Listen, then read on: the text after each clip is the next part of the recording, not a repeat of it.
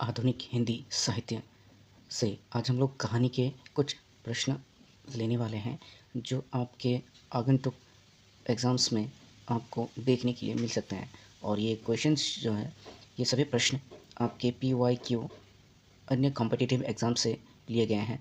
तो आवश्यकता अनुसार आप लोग इसे पढ़ें, समझें और वीडियो को ज़रूर अंत तक देखें। तो चलिए शुरू करते हैं। कहानी जीवन की प्रतिक्रिया है। कहानी जीवन की प्रतिक्रिया है और जीवन स्वयं एक अधूरी कहानी शिक्षा है जो उम्र भर मिलती है और समाप्त नहीं। उक्त परिभाषा किसने दी? ऑप्शन ए अज्ञे, श्याम सुंदर दास, प्रसाद और प्रेमचंद। तो ऑप्शन ए जो है अज्ञे की ये परिभाषा है कि कहानी जीवन की प्रतिक्रिया है और जीवन स्वयं एक अधूरी कहानी शिक्षा है जो उम्र भर मिलती है और समाप्त नहीं होती। अब कहानी के दूसरा प्रश्न देखें कि कहानी एक ऐसा आख्यान है जो इतना छोटा है कि एक बैठक में पढ़ा जा सके और जो पाठक पर एक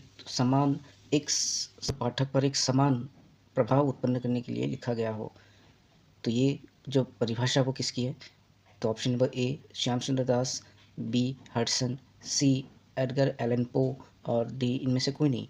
तो जो ऑप्शन है वो है एडगर एलन पो की कहानी एक ऐसा आख्यान है जो इतना छोटा हो कि वो एक बैठक में पढ़ा जा सके और जो एक समान प्रभाव पाठकों पे दे सके। आप क्वेश्चन नंबर 3 देखिए। किशोरीलाल गोस्वामी कृत प्रणयिनी परिणय को हिंदी की प्रथम कहानी मानने वाले विद्वान कौन थे? Option number A Lakshmi Narayan Lal, B Rajendra Yadav, C Bachchan Singh या डी देवी प्रसाद वर्मा। तो इसका सीधा उत्तर है option number C doctor Bachchan Singh. Doctor Bachchan Singh ने प्रणयिनी परिणय को हिंदी की प्रथम कहानी माना है। अब इसके बारे में एक तालिका हम देख लेते हैं। हिंदी की प्रथम कहानी आचार्य रामचंद्र शुक्ल के अनुसार इंदुमती 1900 जिसे 1900 में लिखा गया था। उसके बाद इसके रचनाकार थे डॉक्टर किशोरीलाल गोस्वामी। तो ये आचार्य शुक्ल ने इंदुमती को हिंदी की पहली कहानी माना है। अब देखिए दूसरा, डॉक्टर बच्चन सिंह के अनुसार प्रणयिनी परिणय जो 1888 में लिखा गया था और इसके रचनाकार भी किशोरीलाल थे। डॉक्टर रामविलास शर्मा के अनुसार जमुना का दर्पण 1871 में लिखा गया था और इसके रचनाकार थे जटाशंकर। डॉक्टर देवी प्रसाद वर्मा और आधुनिक शोध के अनुसार एक टोकरी भर मिट्टी जिसके रचनाकार है माधवराव शप्रे और जिसकी रचना की गई थी 1901 में, उसे हिंदी का तरफ कथन है और दूसरे तरफ उसके कहने वाले। तो पहला जो कथन है वो देखिए कि संवेदना की एक झलक का चित्रण करना और उसके द्वारा उसकी पुष्टि करना ही कहानी है। ये कथन आपको मिलानी है। उसके बाद दूसरी कथन देखिए कि सबसे उत्तम कहानी वो होती है जिसमें आंतरिक मनोवैज्ञानिक का सत्य हो। तीसरी, आध्यात्मिक एक निश्चित लक्ष्य या प्रभाव को लेकर लिखा गया नाटक या आख्यान है। और अंतिम कथन है, घटनाओं के केवल चित्रण का नाम ही कहानी है। साहित्य के सभी अंगों के समान उसका आवश्यक गुण रस है। और उसको कहने वाले जो हैं वो श्याम सुंदर दास, प्रसाद, प्रेमचंद, डॉक्टर वृंदावन लाल वर्मा। और इतना की एक झलक का चित्रण करना और उसके द्वारा पुष्टि करना ही कहानी है, इसको कहने वाले जो हैं ऑप्शन नंबर 2 प्रसाद। और ब जो है सबसे उत्तम कहानी वो होती है जिसमें आंतरिक सत्य की असत्य मनोवैज्ञानिक सत्य हो, वो कहने वाले हैं आपके प्रेमचंद। आध्यात्मिक एक निश्चित लक्ष्य या प्रभाव को लेकर लिखा गया नाटक आख्यान है और ये कहने वाले हैं श्याम सुंदर दास।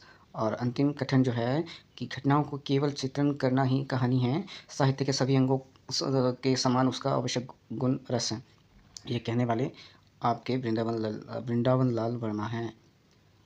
अब आगे बढ़े तो नासिरा शर्मा जी की कहानी पूछा जाता है कि नासिरा शर्मा जी की कहानी संग्रह के बारे में बताइए। तो उनके कहानी संग्रह जो है सामी कागज 1980, पत्थर गली 1986, संसार 1993, काला सूरज 1994, सबीना के 40 चोर 1997, दूसरा आदमी 1998, संगीनी नर्मदा 2001, दूसरा ताजमहल 2002, गलियों के शहजादे 2019। तो नासिरा शर्मा जी की कहानी के बारे में कभी कभी पूछ लिया जाता है। अब यहाँ पे हमें कुछ कहानी के उसके प्रकाशन वर्ष के साथ मिलानी है। जैसे प्रकाशन वर्ष के साथ मिलानी है तो सम्मिलित करना है। कहानी संग्रह, इस कहानी का अंत नहीं, उस स्त्री का नाम, आवाज़ों की दुनिया, वेटरन के फूल। अब हमें मिलानी है तो हम देखते हैं सीधा उत्तर कि इस कहानी का अंत नहीं, इसके ऑप्शन जो है वो है 2007, उस स्त्री का नाम 2013, आवाज़ों की दुनिया 2021 और वेटरन के फूल 2023। विश्वनाथ शर्मा कौशिक की हास्य संबंधी कहानियाँ डूबे जी की बगिया नाम से किस पत्रिका में प्रकाशित हुई? तो ये हुई थी चांद पत्रिका में। शर्मा कौशिक की हास्य संबंधी कहानियाँ डूबे जी की बगिया नाम से किस पत्रिका में प्रकाशित हुई थी? तो वो थी चांद में।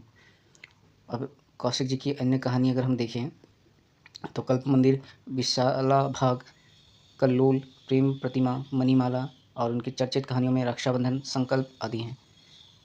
अब आगे बढ़े। कहानी इतिवृत्ति ही तो है, यानी उसमें स्थिति से स्थिति तक का परिवर्तन अर्थात जीवन गति होनी चाहिए। काल का उस कुछ प्रसंग, कुछ घटना, कुछ अनुभव हो, वही तो कहानी का रस है। यह घटना द्वारा अनुभव कराया जाए या बिना घटना के ही अनुभव करा दिया जाए। कहानी के संबंध में उक्त विचार किस विद्वान का है? तो ये कहने वाले थे ज्ञानेंद्र कुमार। आगे बढ़े। वे ते प्रतीक किसकी कहानी संग्रह है? तो ये वे ते प्रतीक कहानी संग्रह है अज्ञेय जी का। अज्ञेय जी की अन्य कहानियों को देखें तो विप्रथा, परंपरा, कठोर की कोठरी की बात, शरणार्थी, जयदोल, अमरवल्ली, वे ते प्रतीक, ये अंतिम कहानी संग्रह है उनका। आगे बढ़े। सेशन का क्वेश्चन है कि बालकृष्ण भट्ट के पौत्र रमाशंकर भट्ट उग्र के साहित्य को घासलेटी साहित्य अर्थात क्रांति की ज्वाला भड़काने वाला साहित्य कहा गया है। पांडे बेचन शर्मा ने अंधकार उपनाम से 1921 में 21 तक कहानी लेखन किया। तो आपको बताना है कि सही और गलत।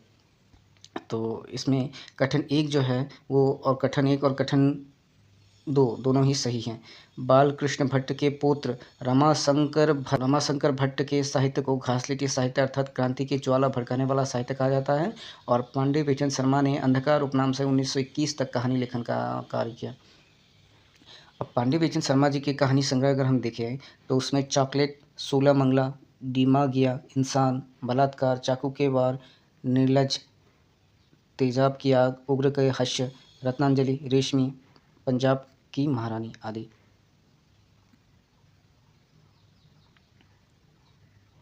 प्रेमचंद युग के कहानीकारों का सही आरोही कालक्रम देखें अगर तो उनमें इलाचंद्र जोशी आते हैं, यशपाल हैं, ज्ञानेंद्र कुमार हैं, अज्ञेय हैं, उपेंद्रनाथ अश्क हैं, विष्णु प्रभाकर हैं, अमृतलाल नागर, भगवती चरण वर्मा, प्रभाकर माचवे, अमरकांत और रांगे राघव। तो अगर आपको कभी आरोही क्रम से मिलाना हो तो आप याद रखिए कि इलाचंद्र जोशी, यशपाल, ज्ञानेंद्र कुमार, अज्ञेय, उपेंद्रनाथ अश्क, विष्णु प्रभाकर, अमृतलाल नागर, भगवती चरण वर्मा, प्रभाकर माचवे, अमरकांत और रांगे राघव। उसी तरीके से ये क्वेश्चन आपको दिया गया है कि प्रेमचंद युग के कहानीकारों का सही कालक्रम। अभी हमने ऊपर पढ़ा था इसको, तो सबसे ऊपर देखिए कि इलाचंद्र जोशी, उसके बाद उपेंद्रनाथ अश्क, विष्णु प्रभाकर और प्रभाकर माचवे। तो इस तरीके से आपका कभी मिलाने दिया जाएगा। निर्मल वर्मा के साहित्य अकादमी पुरस्कार से सम्मानित कहानी संग्रह कब्बे और काला पानी का प्रकाशन वर्ष बताना है। तो वो प्रकाशित हुआ था 1983। अब उनके अन्य कहानी संग्रह अगर हम देखें, जलती झाड़ी, पिछली गर्मियाँ, बीच बहस में, कब्बे और काला पानी, सूखा और अन्य कहानियाँ, और इसके लिए कब्बे और काला पानी के लिए उनको साहित्य अकादमी पुरस्कार दिया गया था। अमरकांत की भाषा प्रेमचंद की परंपरा का अवदान विकास है, वही सादगी और वही सफाई है। ऐसी राय की रीति में विश्वास जताने वाले विद्वान कौन हैं? तो वो थे नामवर सिंह। अमरकांत की भाषा प्रेमचंद की परंपरा का अवदान विकास है, वही सादगी वही सफाई है, और इसके कहने वाले थे नामवर सिंह।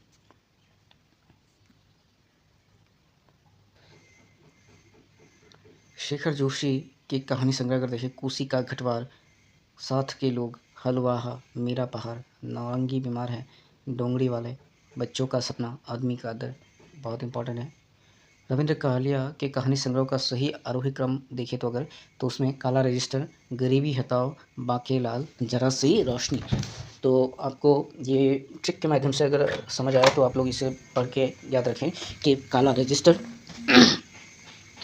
रजिस्टर में गरीबों के बारे में कुछ लिखा गया है और जिसको लिखने वाले थे बाकीलाल, और उसको उन्होंने ज़रा सी रोशनी में लिखी। तो इस तरीके से आप लोग जैसे याद करना चाहें। अब रविंद्र कालिया के कुछ कहानी संग्रह हम देखें तो 9 साल, छोटी पत्नी, काला रजिस्टर, गरीबी हटाओ, गली कूचे, वक्त का मैदान, बैकलेस, ज़रा सी रोशनी। उसके बाद देखिए शैलेश मटियानी का कहानी संग्रह, जो आदमी हम बना रहे हैं, नाज जमुड़ा, मोहनदास, गोरखधंधा। इसमें से हमको बताना है कि शैलेश मटियानी का कहानी संग्रह कौन सा है, तो वह है नाच जमुड़ा।